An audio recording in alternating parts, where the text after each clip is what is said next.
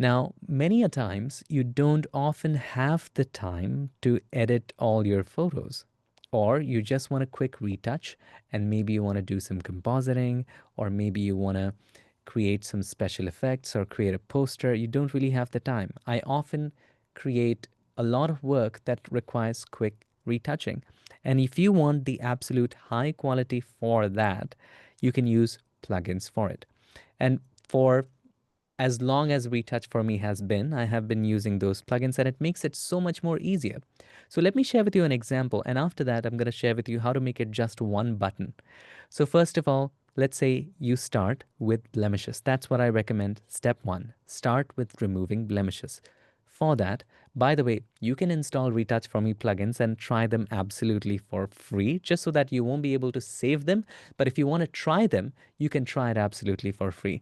And during the session or maybe after, they will leave a link to the trial version so you can just try those. Either way, with the background layer selected, press Ctrl or Command J. And then let's go to Filter, Retouch4me, Heal.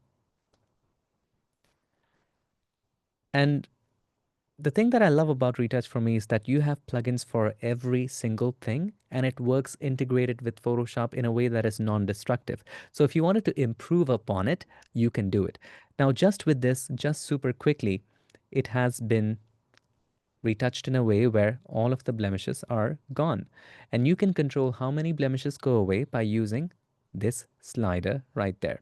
So I'm going to keep it all the way to the right hand side just to make sure that everything is detected and gone.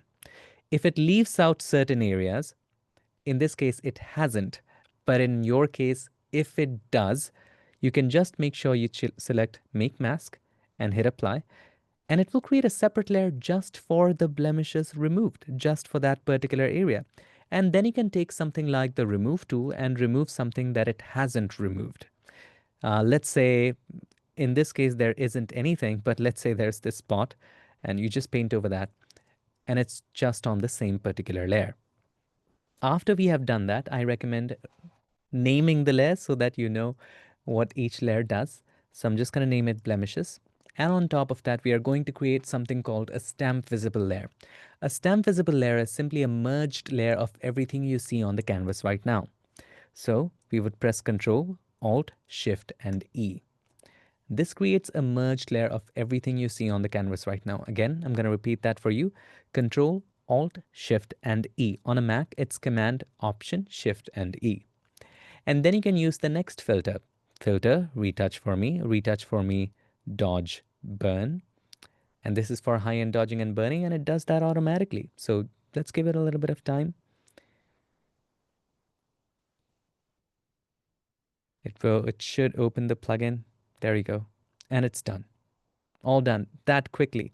And you can decide how much dodging and burning you want to do here by using this blend slider. You can have less, you can have even more. So I want to have somewhere around 142, and you can also pick how much warmer you want that area to be. So let's set it to about 12 for this one, and you can check soft light layer and apply. This is just the gray layer dodging and burning that I just showed a few examples ago, and this is so good. And then you can change the blend mode from normal to soft light, just as we did before. Soft light. That's it.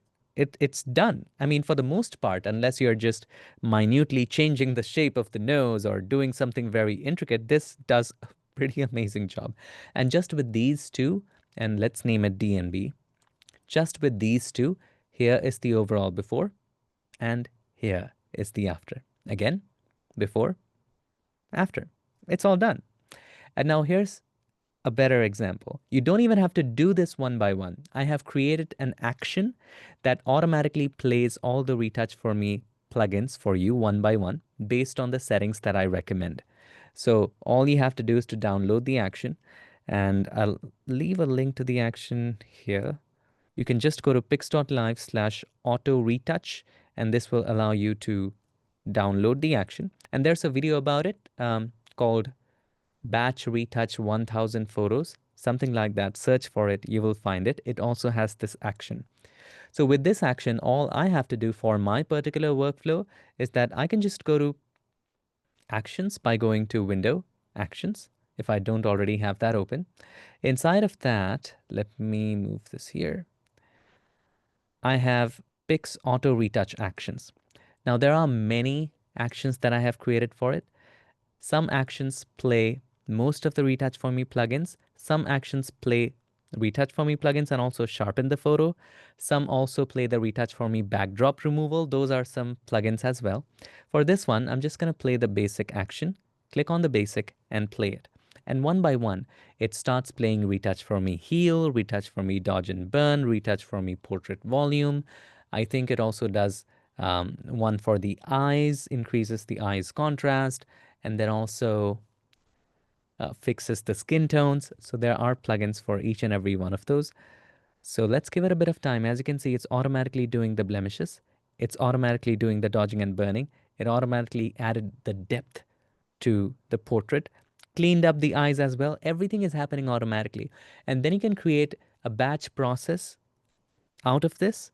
And in the video, I show you how to do that, where you can drag and drop an entire folder of maybe 100 photos, 1,000 photos, and Photoshop automatically starts opening those photos and keeps on editing them for you. Then probably you can take a nap when you wake up in the morning, you have all of those photos retouched. And let's see what it does. So let me share with you. Here's the before, here's the after. All I had to do was press a button. That's it. And if you want to edit any part of it, for example, you want to do a little more dodge and burn, you can just make a duplicate of that, like so. Done. Similarly, I think this one is done as well. See, this one did it fast. For the beta version, there was some error and got stuck. I recommend for main projects, please stick to the regular version of Photoshop. So let's say you wanted to do a little more dodge and burn than 100%, you can duplicate it. If you want less dodge and burn, you can just reduce the opacity. In this case, I want more. So I'm just going to press Control or Command J and maybe decrease the opacity of that one to 50%. And then maybe you wanted less depth or more depth, you can control that as well. And with just doing this, here's the overall before, here's the after. All I had to do was press a button. It even took care of the eyes. Here's the before, the red veins, and it's dark. Here's the after. It's brighter, it's clearer. I hope that helps.